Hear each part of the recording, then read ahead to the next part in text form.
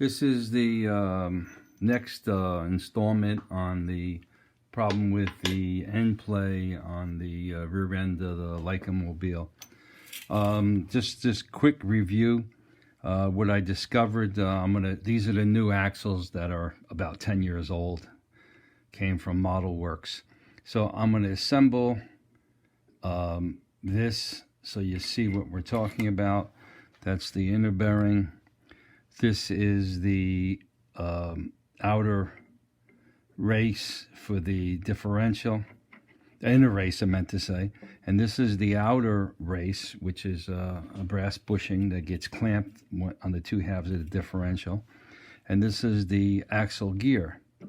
And so when everything is tight, what happens is you have this play in here, which and you can't take it up with the outside nut that's on the wheel.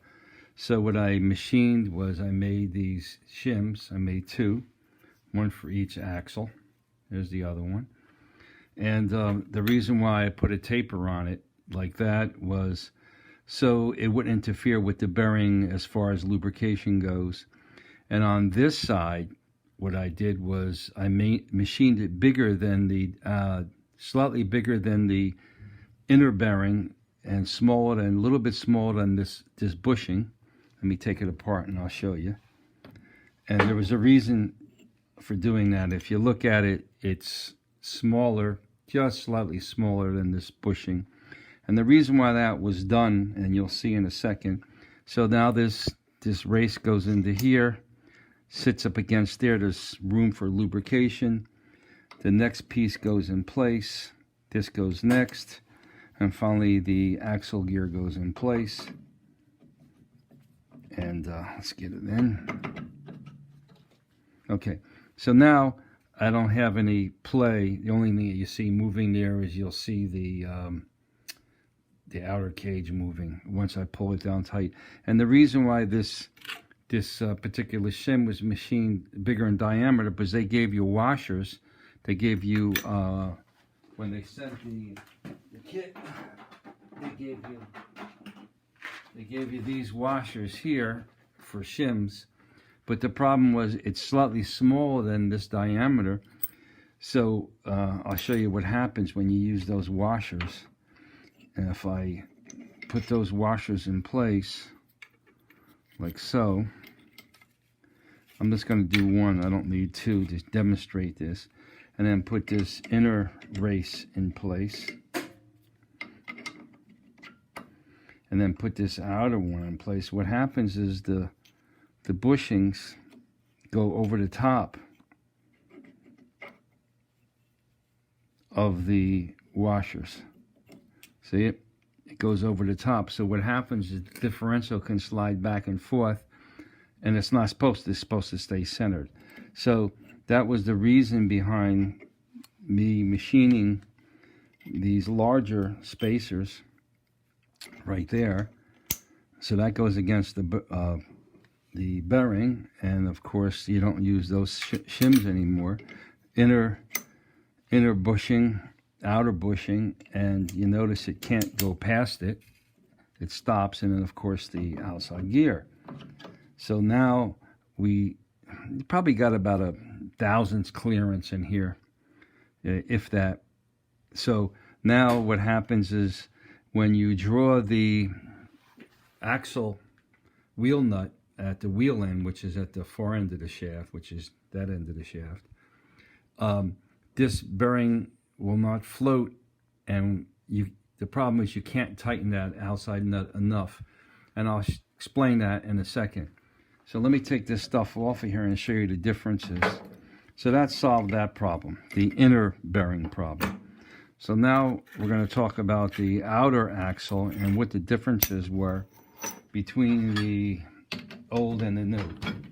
So I'm going to take this axle out, and I'm going to show you. This is the new axle, and these are the original axles that I'm bringing up here that were sent with the car. And what I'm going to do to demonstrate this is I'm going to reposition the camera But right now, the two axles are sitting flush on the bed of the lathe. And I'm going to bring the camera up so you can see the axles. Now you can see, let me move it over further. You get a better view. Okay, now you can see the problem. The problem that exists is the new axles, this lip or this edge that the bearing sits on. Let me get that bearing and show you what I'm talking about. Okay. This bearing is the outer race.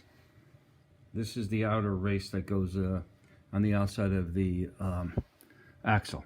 So when you slide this bearing in place, it goes there.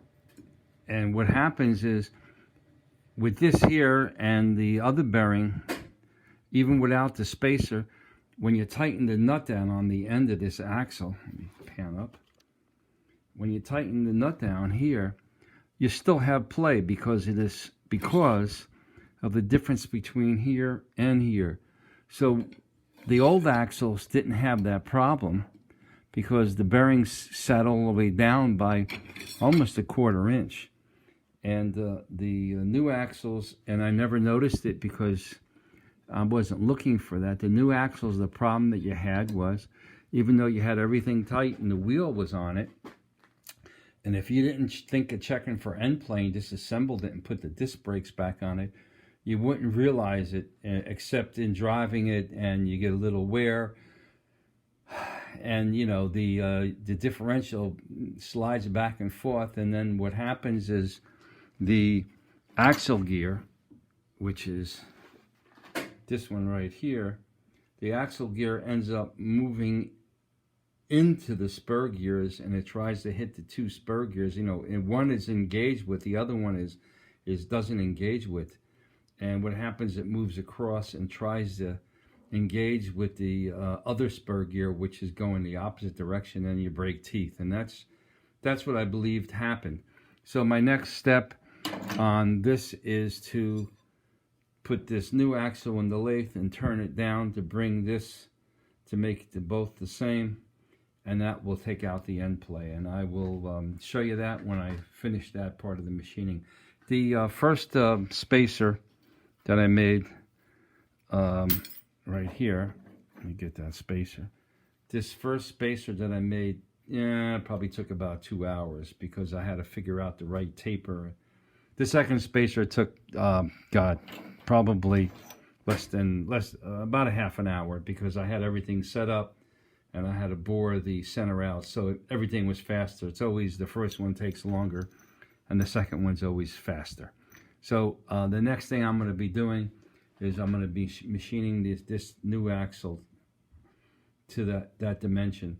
So now when I tighten the nut up, and the reason why this is stepped here was, that's when they made a change. Model Works realized their failure was occurring right here.